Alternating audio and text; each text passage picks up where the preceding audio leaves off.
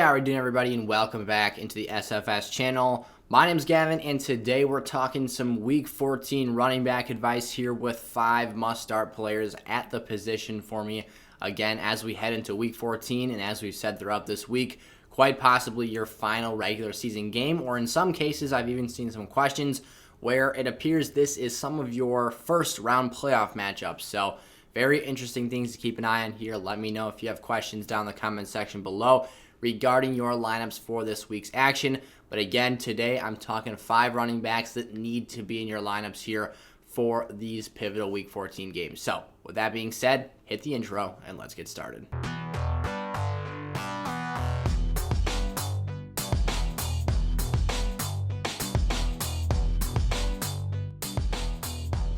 Alrighty, here we go. So at the time of posting today's episode, it is Thursday morning. That means we've got Thursday night football this evening between the Pittsburgh Steelers and Minnesota Vikings. That means it's prop bet time.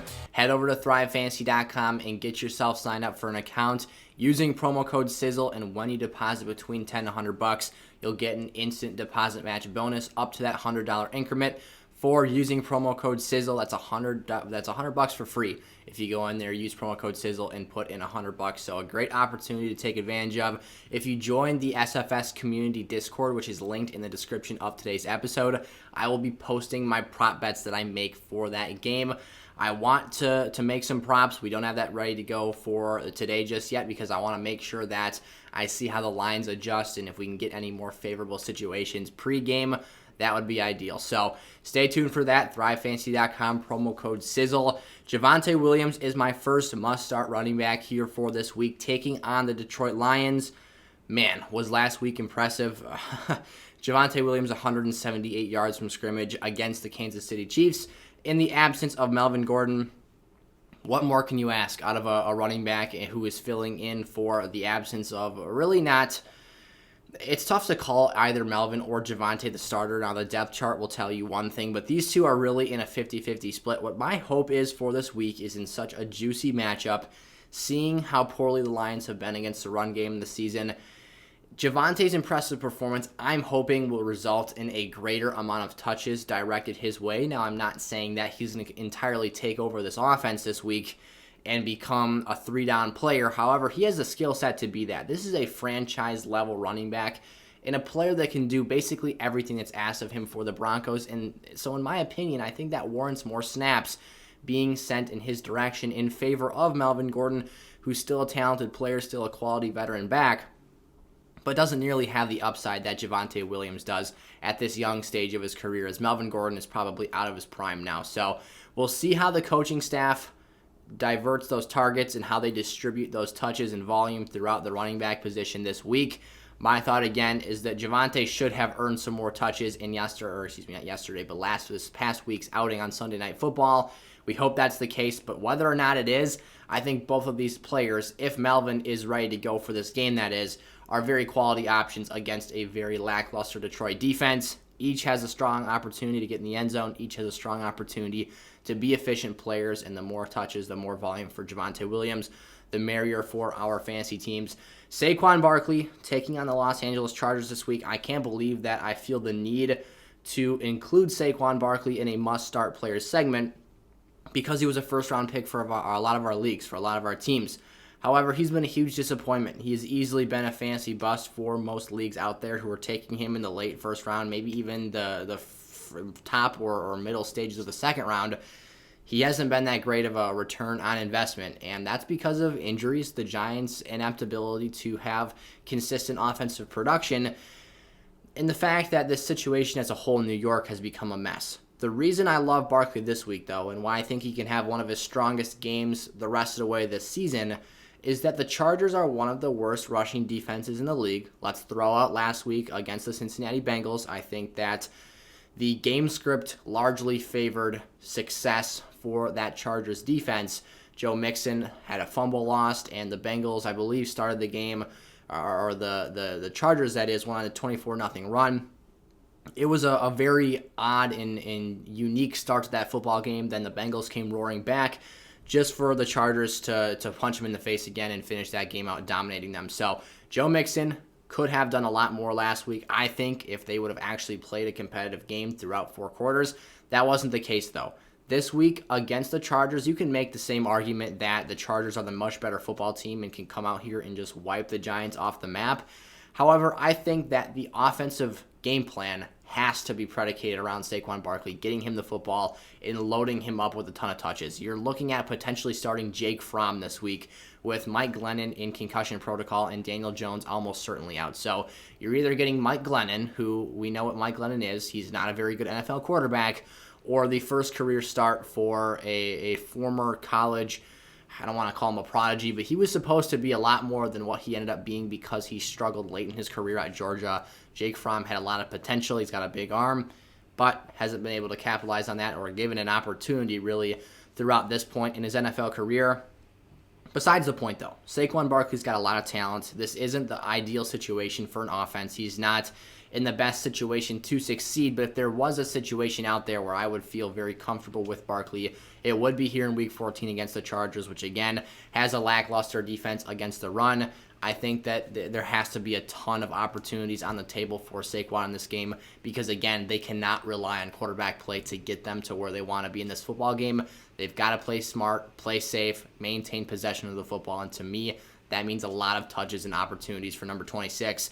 James Conner taking on the Los Angeles Rams. The reason I have James Conner on the list today is because I think that the expected return of Chase Edmonds actually does a great number on James Conner's weekly production. Now, James Conner is tied for second in the National Football League with rushing touchdowns at 12. He's had a very great season. In particular, he has been a weekly top 12 running back without Chase Edmonds on the field since he landed on the injured reserve.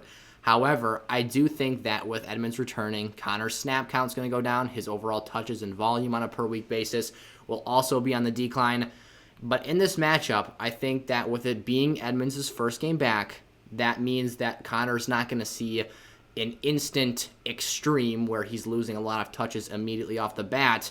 And in this contest in particular, against the opponent of the Los Angeles Rams, I think that Conner's skill set more favors what the Cardinals' offensive approach should be for this game.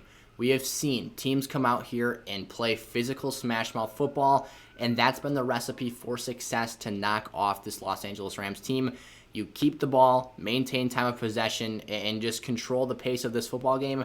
That's how you beat the Rams. The Cardinals are certainly capable of doing that, and James Conner has a well-rounded enough skill set to the point where if he's still at a 75% snap count, even with Edmonds returning, he should have the opportunity to have a very productive game. He's going to continue to get the goal line carries as he has all season long. That's one thing that Chase Edmonds can't really touch in this offense is that goal line usage for Conner.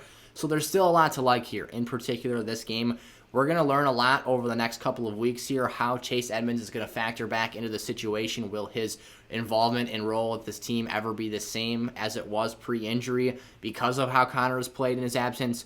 We'll find that out here in the next couple of weeks. By week 16 or 17, we should have a pretty good grasp on this situation, but I'm feeling very strongly about Conner here for this Week 14 game.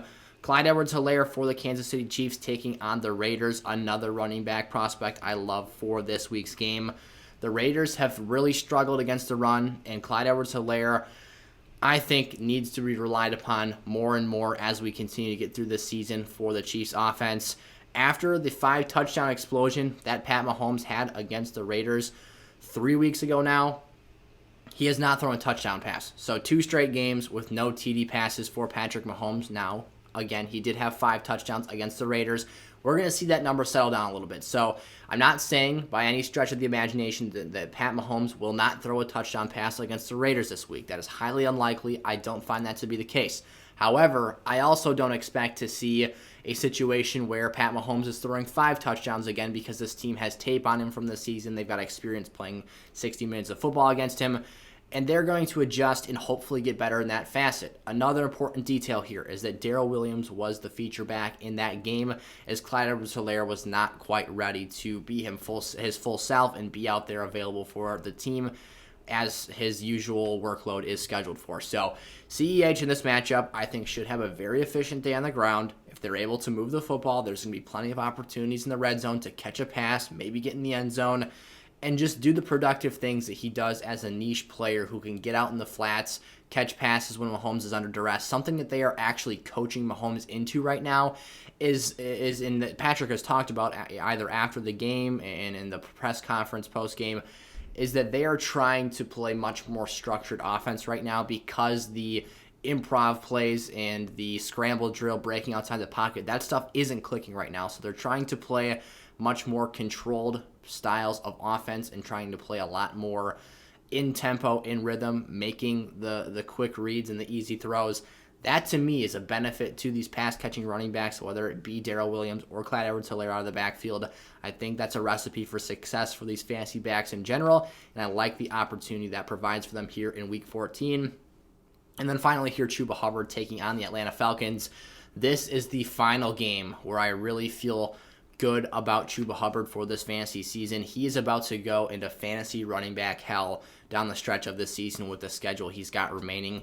But the Falcons, in the narrowed perspective of just Week 14 here, still have the opportunity to put up quality rushing numbers. Chuba was able to start in a previous game this season against the Falcons when CMC was out of the lineup. So I feel pretty good about what Chuba can be for this offense in this game, especially coming off of a bye week here. So there's an opportunity. He's worth a start for me here in Week 14.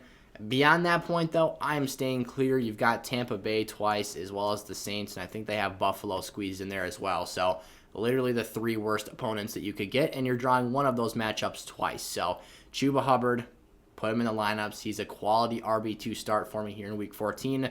But beyond this point, someone who's probably better off on your bench. Alrighty, those are my 5 must-start running backs here for Week 14 action. If you guys have, again, any questions, put those down in the comment section below. Go check out ThriveFantasy.com. They'll give you $100 for free if you sign up for a new account, use promo code Sizzle, and put $100 in on your own end, and you'll be winning, hopefully, some cash on your prop bets down the stretch of this season. And again, in the community Discord server, I will post my personal props that I'm making on Thrive Fantasy on a week-over-week basis. So thank you guys so much. Go check out Thrive Fantasy. Click that subscribe button if you're new around here, and leave today's video with a like before you head on out.